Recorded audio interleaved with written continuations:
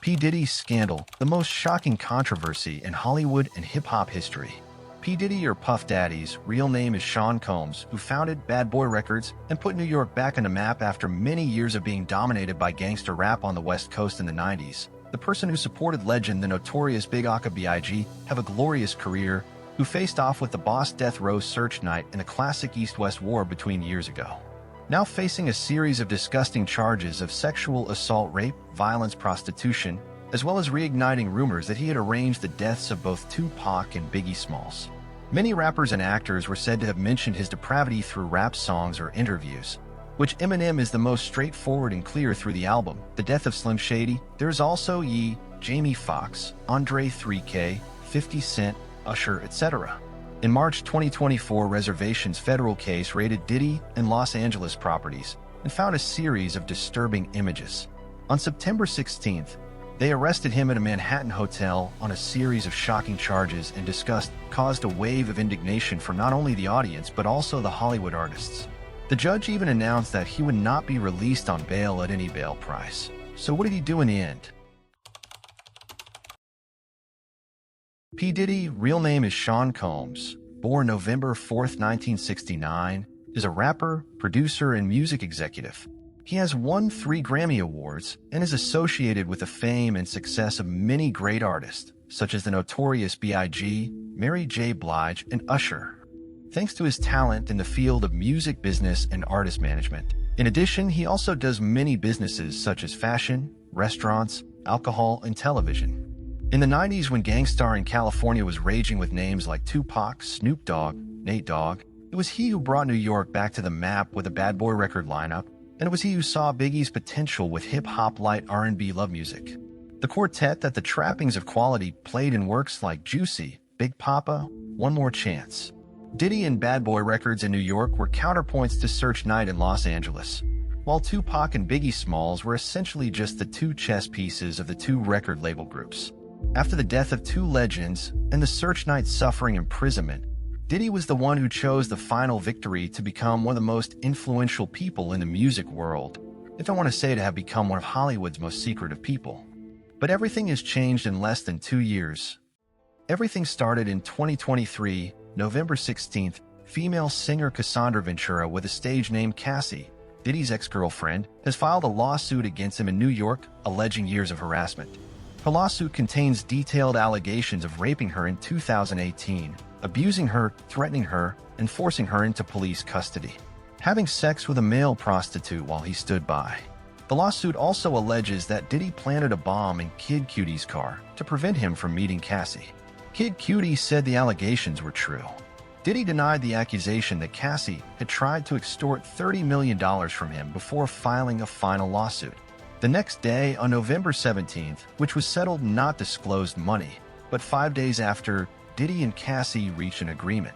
An anonymous former student sued Diddy for allegedly drugging her with rape, drugs, and filming her. See The Collective. These anonymous female plaintiffs, called Jane Doe.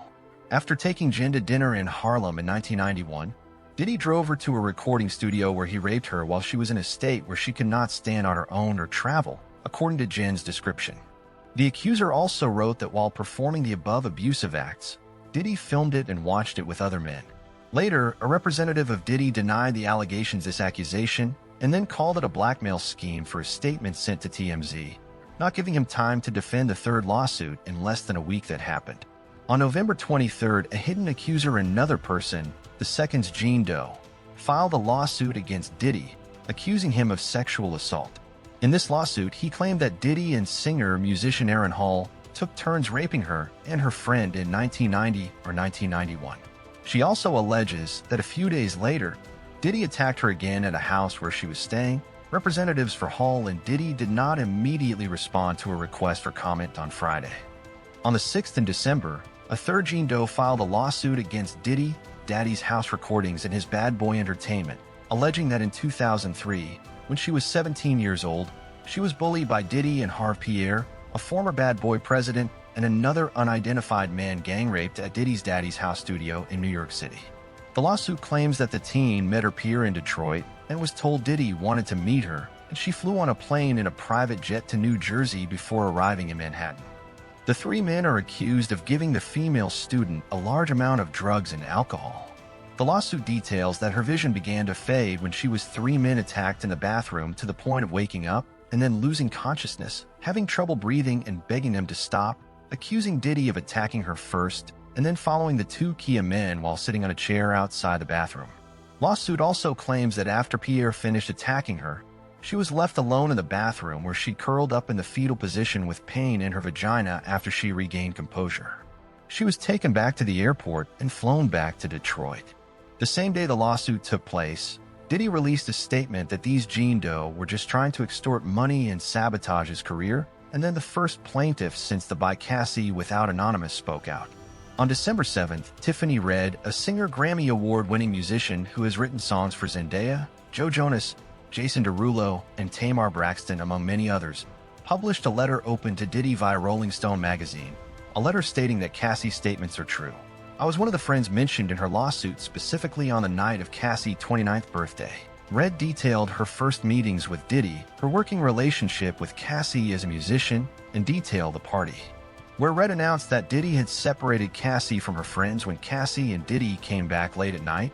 Red wrote that they seemed drunk and Diddy insulted both of them. Red continued writing that.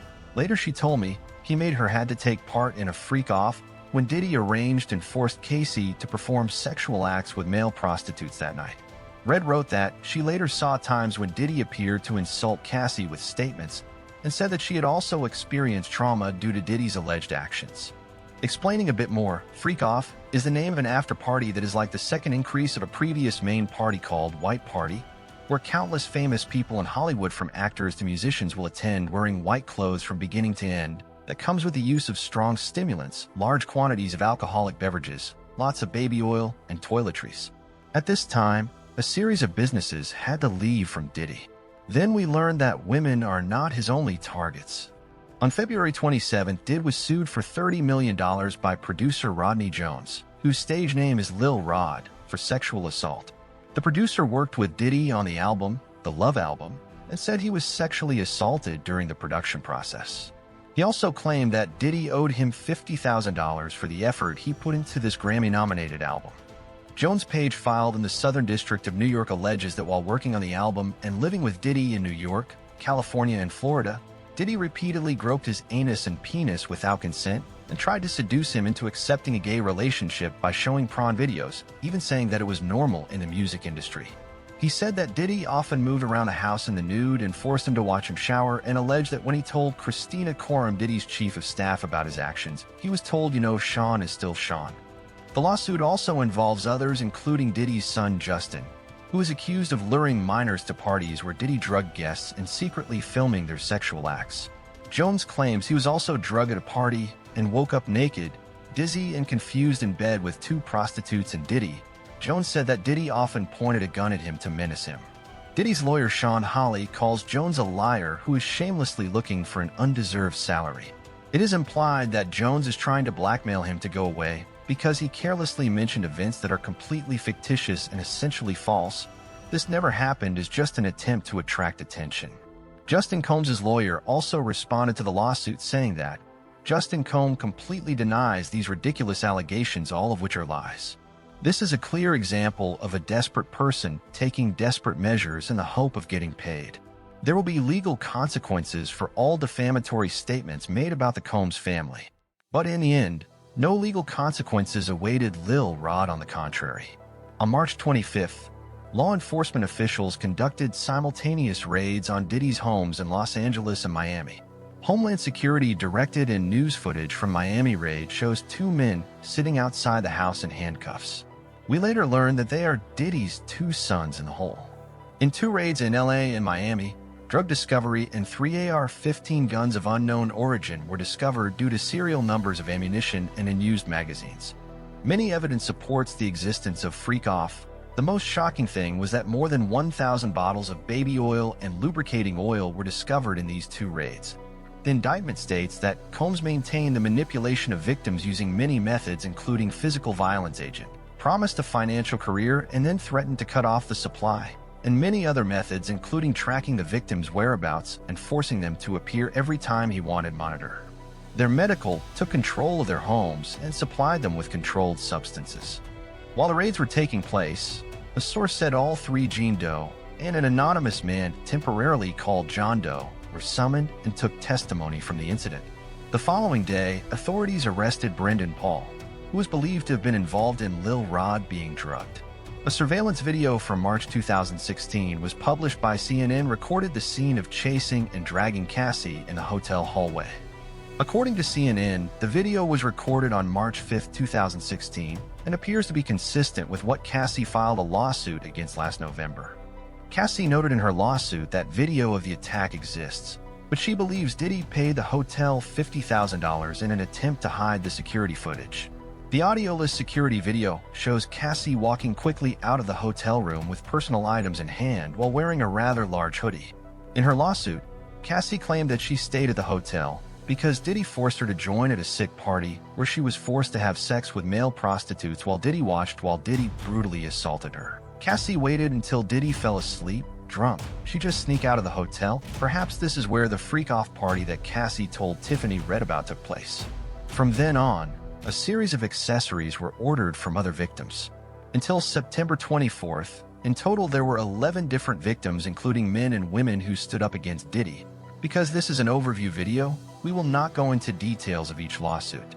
Diddy was later arrested at a hotel in New York and was indicted on September 17th on charges of conspiracy to extort, sex trafficking by force, fraud or coercion, and transportation of prostitution, according to court records after freak-off became a hot keyword on the internet every day.